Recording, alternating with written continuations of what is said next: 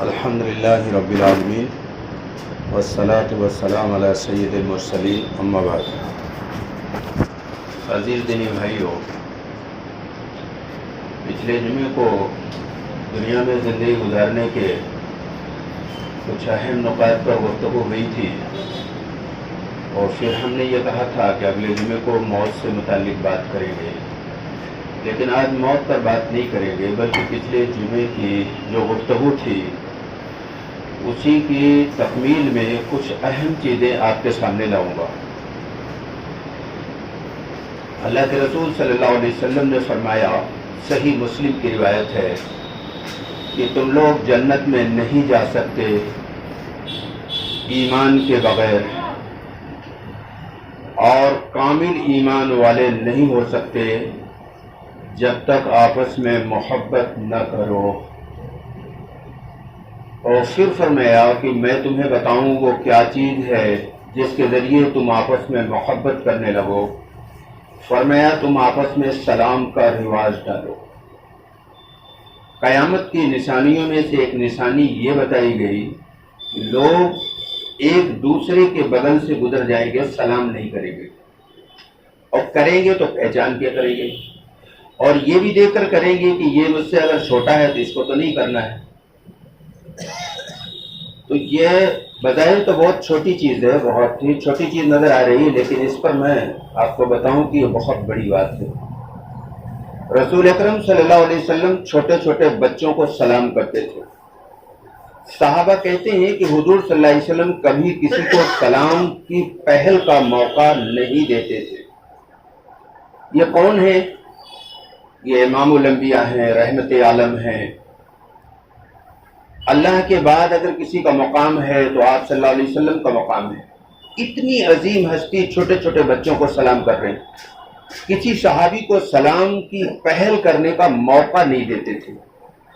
اب اگر کوئی ان کا ماننے کا دعویٰ کرنے کے بعد بھی اس بات کا انتظار کر رہا ہو کہ لوگ مجھے سلام کریں، میں نہیں کروں گا، تو جانتے ہو یہ کتنی خطرناک بات ہے۔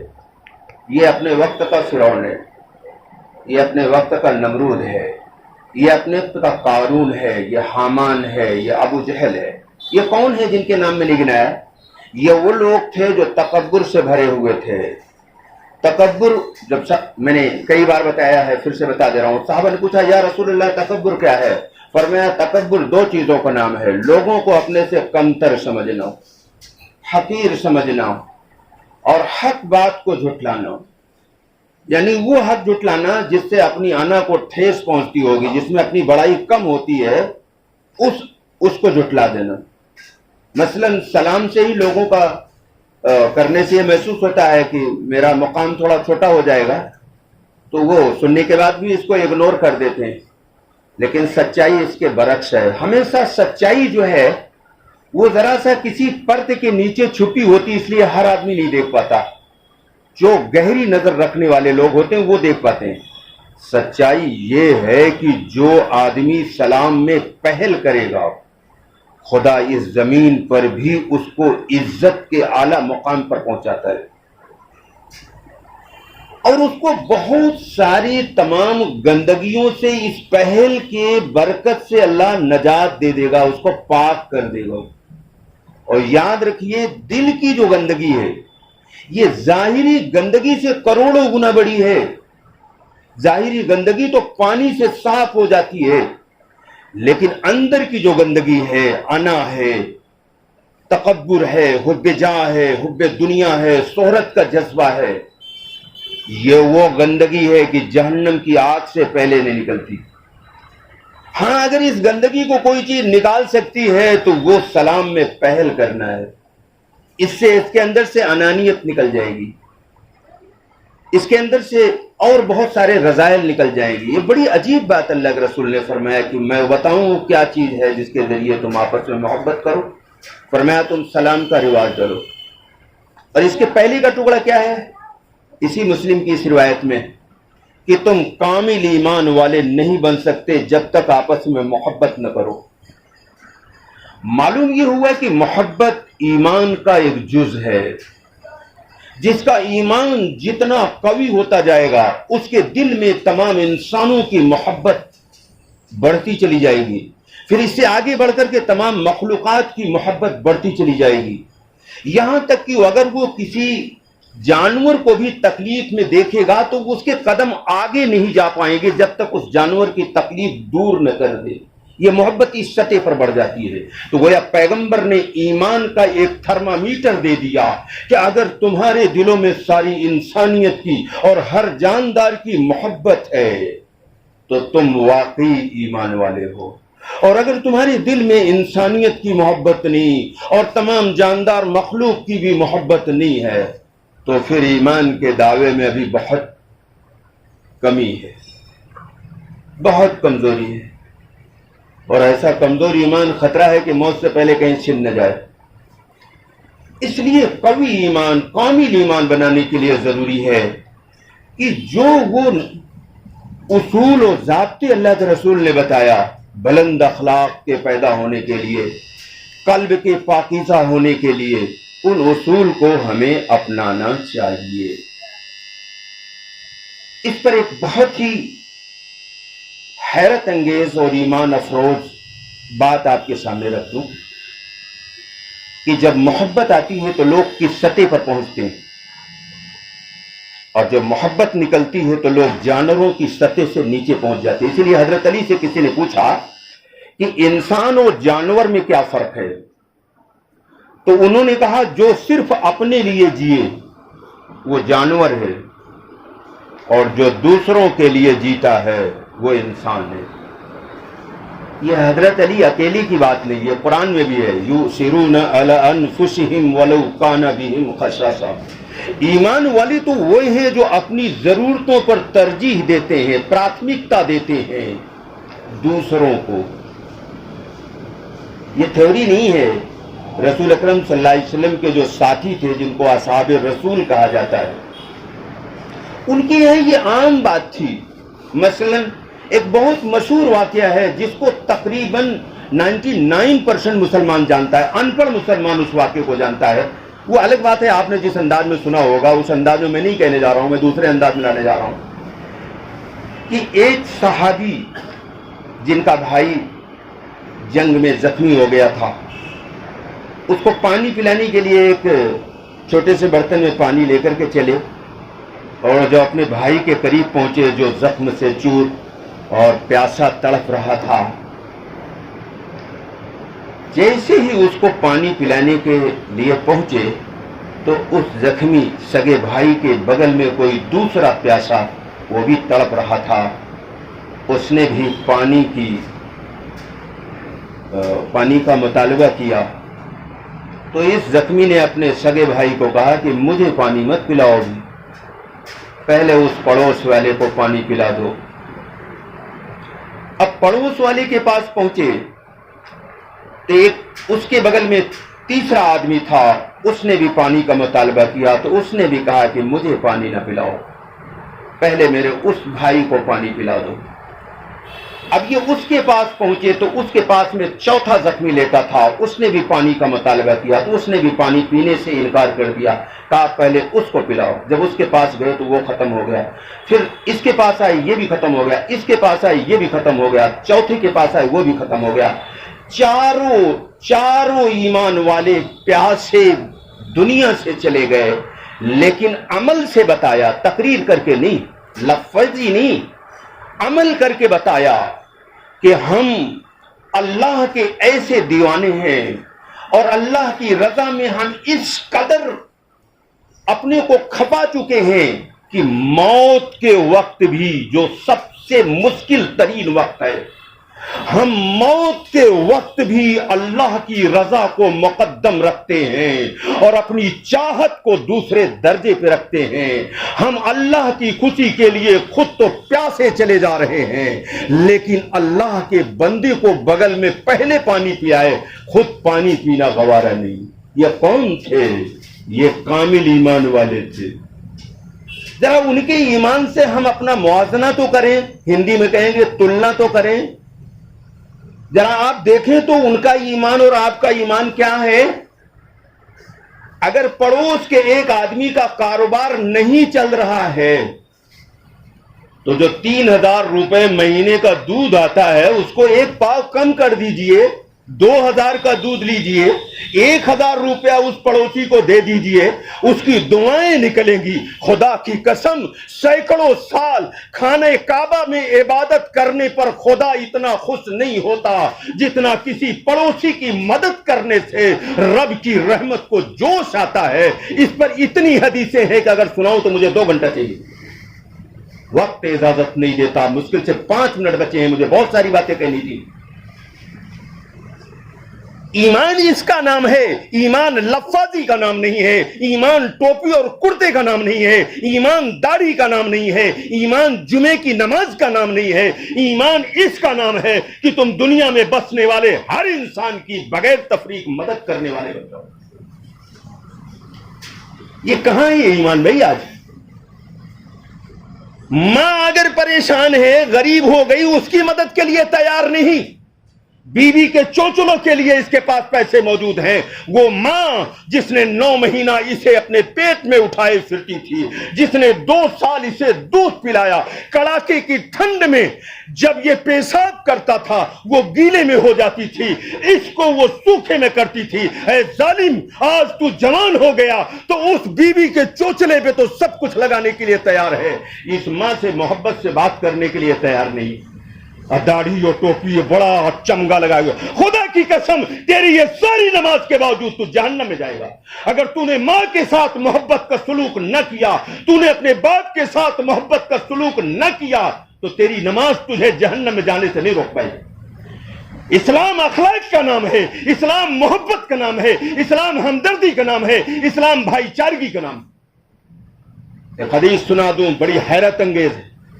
اللہ کے رسول نے فرمایا، قسم اس کی جس کے قبضے میں میری جان ہے۔ یہ کون قسم کھا رہے ہیں؟ میں نے کئی سال سے تقریری انداز میں گفتگو کرنا چھوڑ دیا، ورنہ میں بتاتا تو آپ دیوانے ہو جاتے کہ یہ کون شخصیت ہے۔ میں عام انداز میں کہہ رہا ہوں، یہ کون ہے؟ یہ امام الانبیاء ہیں، قسم کھا رہے ہیں کہ قسم اس کی جس کے قبضے میں میری جان ہے، وہ آدمی ایمان والا نہیں ہے، چاہے جتنے دعوے کرتا ہو، چاہے 1000 کلمہ روز پڑھتا ہو۔ پوچھا گیا کون؟ کہا جس کا پڑوسی اس کی شرارتوں سے محفوظ نہ ہو۔ پڑوسی چاہے دلت ہو، چاہے یادو ہو، چاہے برہمن ہو، چاہے چھتری ہو، کوئی بھی پڑوسی ہے، اگر وہ بھوکا ہے یا ہماری وجہ سے کسی تکلیف میں ہے، پیغمبر قسم کھا کے فرما رہے ہیں یہ ایمان والا نہیں ہے۔ دعوے کرتے رہو کرتے پاجامے، یہ وہ فارمولے ہیں جو تھرمامیٹر کی طرف میں آپ کے سامنے پیش کر رہا ہوں۔ پریتی نگر کے روشن ضمیروں، اس پر ذرا اپنے کو تول لینا، اپنے کو ناپ لینا کہ آج کتنا اسلام ہمارے پاس ہے۔ آخری بات سورہ لقمان آیت نمبر 18 میں اللہ فرماتا ہے وَلَا تُسَعِّرْ خَدَّكَ لِلنَّاسِ وَلَا تَمْشِ فِي الْأَرْضِ مَرَحًا إِنَّ اللَّهَ لَا يُحِبُّ كُلَّ مُخْتَالٍ فَخُورٍ۔ اس کا ترجمہ یہ ہے، لوگوں کے ساتھ بے رخی نہ کر، وَلَا تُسَعِّرْ خَدَّكَ لِلنَّاسِ، لوگوں کے ساتھ بے رخی نہ کر اور زمین پر اکڑ کر نہ چل۔ توجہ کرنا، یہ ہر جملہ مجھ سے 1 گھنٹہ چاہ رہا ہوں، 4 جملے ہیں اس میں۔ لوگوں سے بے رخی نہ کر، زمین پر اکڑ کر نہ چل، ان اللہ لا یحب کل مختال فخور، بے شک اللہ اکڑنے والے کو اور سیکھی بگھارنے والے کو پسند نہیں کرتا۔ 4 باتیں اس آیت میں بتائی کہ لوگوں سے بے رخی نہ کرو، زمین پر اکڑ کر نہ چلو، اللہ اترانے والے کو اور سیکھی بڑائی ہانکنے والے کو پسند نہیں کرتا۔ 4 باتیں ہیں، چاروں مجھ سے بہت وقت مانگ رہی ہیں، میں 2 منٹ میں اس کو پورا کرنے جا رہا ہوں وقت کی کمی کی وجہ سے۔ کیا کہا؟ پہلی بات اس آیت میں سورہ لقمان آیت نمبر 18 میں اللہ نے کیا کہا کہ لوگوں سے بے رخی نہ اختیار کر۔ معاف کیجئے گا، بڑی کڑوی بات اب کہنے جا رہا ہوں۔ الحق مرن، حق کڑوا ہوتا ہے لیکن مجھے کسی کی پرواہ نہیں۔ لوگوں سے بے رخی نہ کر، یہ کون کہہ رہا ہے؟ ایس پی صاحب، ڈی ایم صاحب کہہ رہے ہیں۔ اگر ایس پی کہہ دے کہ پڑوسی جو تمہارا ہے وہ میری لڑکی کی سہیلی ہے، خبردار اس کو تکلیف نہیں پہنچنا چاہیے، تو کسی کی ماں نے دودھ نہیں پلایا جو اس کو تکلیف پہنچا دے. اگر ڈی ایم کہہ دے کہ تمہارا پڑوس میں جو لڑکی رہتی ہو میری لڑکی کی سہیلی ہے, خبردار اس کو تکلیف نہیں پہنچنی چاہیے, تو آپ کی ہمت نہیں ہے کہ آپ اس کو تکلیف پہنچا دیں. یہ کون حکم دے رہا ہے؟ ڈی ایم. یہ یونیورس کا کریٹر کہہ رہا ہے, کائنات کا مالک کہہ رہا ہے, رب کائنات کہہ رہا ہے کہ لوگوں سے بے رخی نہ اختیار کر. آج تو فیشن ہے, نماز پڑھے تسبیح کے دانے کھٹاکھٹ, کوئی طرح حضرت منہ بنا کے ادھر چلے جا رہے ہیں. حضرت کے پاس ٹائم ہی نہیں ہے. آئیے ذرا اس پر حیرت انگیز بات کہہ دوں. جو آدمی ایسا ہے وہ چاہے رات دن نماز پڑھتا ہو, پیغمبر نے اس کے بارے میں کیا کہا سن لیجئے, میں نہیں کہنے جا رہا ہوں, امام الانبیاء کیا کہہ رہے ہیں وہ سن لو. ایک عورت نے عرض کیا یا رسول اللہ, ایک عورت رات بھر نماز پڑھتی دن بھر روزے رکھتی ہے لیکن لوگوں سے ترسی سے بات کرتی ہے, یعنی منہ چڑھا کر کے. یہ تو فیشن ہے نا, غریب ہو تو بالکل اس سے منہ چڑھا کے بات کرنا, غریبوں سے عقل کے بات کرنا, مالداروں سے مسکرا کے بات کرنا, یہ منافقت ہے. اس کو منافق کہا جاتا ہے. یہ مسلمان نہیں ہے. منافق اسے کہتے ہیں جو کافر سے بدتر مجرم ہے. قرآن نے منافق کا جہنم میں مقام کافروں سے بھی نیچے رکھا ہے. کافر کوئی برادری نہیں, کافر کہتے ہیں انکار کرنے والے کو, یعنی انکار کر جو حق کا انکار کرے اسے کافر کہتے ہیں. کافر کوئی گالی نہیں ہے. یہ مسلمان اپنے پڑوسیوں کو نہیں بتاتے, اس کی وجہ سے معاشرے میں ایک نفرت پھیلی ہوئی. تو اللہ نے کہا کہ انکار کرنے والوں سے بڑا مجرم منافق ہے. تو جو غریبوں سے اکڑ کر بات کرے اور مالداروں سے فرمایا یہ منافق ہے, یہ حسن سلوک نہیں ہے, یہ منافقت ہے, یہ منافقت ہے. اور ایسا منافق کے بارے میں پیغمبر کے الفاظ سن لو. صحابی نے پوچھا یا رسول اللہ, ایک عورت رات بھر نماز پڑھتی دن بھر روزے رکھتی ہے لیکن لوگوں سے سخت بات کرتی ہے. حضور نے فرمایا میں گواہی دیتا ہوں یہ جہنم میں جائے گی. یہ کون ہے؟ لکھنؤ کے روشن ضمیروں, یہ کون ہے؟ یہ رات بھر نماز پڑھنے والی ہے, یہ دن بھر روزے رکھنے والی ہے لیکن لوگوں سے سخت کلام کرتی ہے, پیار و محبت اور نرمی کی گفتگو کی سے ہوا بھی نہیں لگی ہے. تو پیغمبر اعلان کر رہے ہیں کہ یہ جہنمی ہے. عورت نے کوسچن پٹ اپ کیا یا رسول اللہ, ایک عورت ہے جو نہ نماز پڑھے نہ روزہ رکھے, یعنی نفل فرض نماز کی بات نہیں ہو رہی. یا رسول اللہ, ایک عورت ہے نہ رات میں نماز پڑھے نہ دن میں روزے رکھے لیکن لوگوں سے بہت محبت سے بات کرتی ہے اور پنیر پکاتی ہے تو پڑوس میں بھی بھیج دیتی ہے. حضور نے فرمایا گواہ رہو, میں گواہی دیتا ہوں کہ یہ جنت میں جائے گی. معلوم یہ ہوا کہ رات بھر نماز پڑھنے سے دن بھر روزہ رکھنے سے بڑا ثواب, بڑا کام یہ ہے کہ تم لوگوں سے محبت سے پیش آؤ. جس اسلام نے یہ کہا کہ اگر تمہارے پڑوس میں غریب گھر بستا ہے تو تمہارے گھر میں اگر پھل آوے, کوئی اچھی چیز آوے تو بچوں کو گھر میں چھپ کر کھلاؤ, ان کو باہر نکلنے نہ دو, کیونکہ تمہارے بچے اگر وہ پھل لے کر باہر نکلیں گے تو پڑوسی کے بچے للچائیں گے, ان کو تکلیف پہنچے گی اور تکلیف پہنچانا حرام ہے. فرمایا بچوں کو باہر لے کے نکلنے نہ دو, گھر میں چھپ کر کھلا دو, اور اگر باہر کھلاتے ہو تو پڑوسی کو بھی پھل کھلاؤ. جس شریعت اسلامی نے یہ کہا ہو کہ اگر گھر میں کوئی اچھی چیز پک رہی ہے اور مکان اتنا قریب ہے اس غریب کا کہ تیرے کھانے کی خوشبو اس کے ناک میں پہنچ رہی ہے, تو فرمایا ایک پیالہ چھوٹا سا اس کے یہاں بھی پہنچا دو. اگر نہیں پہنچاتے ہو تو خدا کی قسم خانہ کعبہ کو گرانے سے بڑا گناہ تم کرتے ہو. قرآن ایک شاعر کہتا ہے کعبہ جو ٹوٹ جائے پھر سے بنے گا وہ, کعبہ جو ٹوٹ جائے پھر سے بنے گا وہ, توڑو گے کسر دل بنایا نہ جائے گا. بیت اللہ کو ڈھانے سے بڑا گناہ ہے انسان کو تکلیف پہنچانا. رسول عربی خانہ کعبہ کے سامنے کھڑے ہوئے, فرمایا اے خانہ کعبہ, میں نبیوں کے امام تجھے مخاطب کر رہا ہوں, سن لے, تیرا اللہ کے یہاں بڑا مقام ہے, 120 رحمتیں روز تجھ پر نازل ہوتی ہیں, فرشتے تیرا طواف کرتے ہیں, لیکن سن میں نبیوں کے امام کہہ رہا ہوں, کوئی تجھے ڈھا دے تو اللہ کا غضب اتنا جوش نہیں مارتا جتنا کوئی کسی انسان کو تکلیف پہنچاتا ہے تو خدا کا غضب جوش مارتا ہے. کہاں ہے اسلام؟ اللہ کے نبی نے فرمایا آخری بات، وقت میرا پورا ہو چکا، 1 منٹ لیتا ہوں. اللہ کے رسول نے فرمایا زمین والوں پر تم رحم کرو، بخاری کی روایت ہے، آسمان والا تم پر رحم کرے گا. اور اسی بخاری میں دوسری روایت ہے، فرمایا جو زمین والوں پر رحم نہیں کرتا آسمان والا اس پر رحم نہیں کرتا. آج اس حدیث پر اگر آپ عمل کر لیں تو 70 سال سے اس ملک میں جو روڈوں پر چیخ رہے ہو، چلا رہے ہو اور پیپر پڑھ کے چائے کی دکانوں پر بکواسیں کرتے ہو اور تمہارے مسائل نہیں حل ہوتے ہیں، خدا کی قسم اگر اس پر عمل کر لو صرف 4 سال میں اس ملک کے سارے مسئلے حل ہو جائیں گے. نبی نے اینٹی بائیوٹک اصولس دیے ہیں، جیسے اینٹی بائیوٹک کیپسولس ہوتے ہیں ایسے نبی نے اینٹی بائیوٹک اصول دیے ہیں. خدا کی قسم یہ لیبورٹری میں ٹیسٹ شدہ باتیں ہیں، اگر اس کو کوئی اپنا لے تو اس زمین کے بھی مسئلے حل ہوں گے، اور اس زمین کے جہاں ہمیشہ رہنا، جہاں مٹی کی زمین نہیں ہوگی. ہاں اس پر کسی کو اشکال ہوگا کہ کیا جنت اور یہ سب کہانی بتا رہے ہو. میں سائنس کا اسٹوڈنٹ ہوں، وہ الگ بات ہے، مجھے کسی جمعے کو اس کا موقع نہیں ملا، حالات نے نہیں دیا، آپ لوگوں نے نہیں، حالات نے. میں یہ دیکھتا ہوں کیا ضرورت ہے زیادہ، پہلے اس کو بیان کرتا ہوں، ورنہ میں پورے اسلام کو سائنس سے پروف کرنے کی صلاحیت رکھتا ہوں. تحدید بن نعمت کے طور پہ کہہ رہا ہوں، کوئی بڑائی اور عقل کے لیے نہیں کہہ رہا ہوں. تو وہ دنیا جو مٹی کی دنیا نہیں ہوگی، زمین ہوگی، اس دنیا میں بھی اور اس دنیا میں بھی کامیابی کے نسخے ہیں، یہ زندگی گزارنے کے اصول ہیں. جس کا جی چاہے اپنا لے اور جس کا جی چاہے وہ جانوروں کی طرح منمانی زندگی گزار لے تو زندگی تو گزر جائے گی، کتیا بھی گزار لیتی ہے. لیکن یاد رکھیے موت کے بعد ایسا انسان سور سے زیادہ ذلیل ہوگا، اس لیے کہ یہ جہنم میں جلے گا اور موت چلائے گا، موت نہیں آئے گی، سور جہنم میں نہیں جائے گا.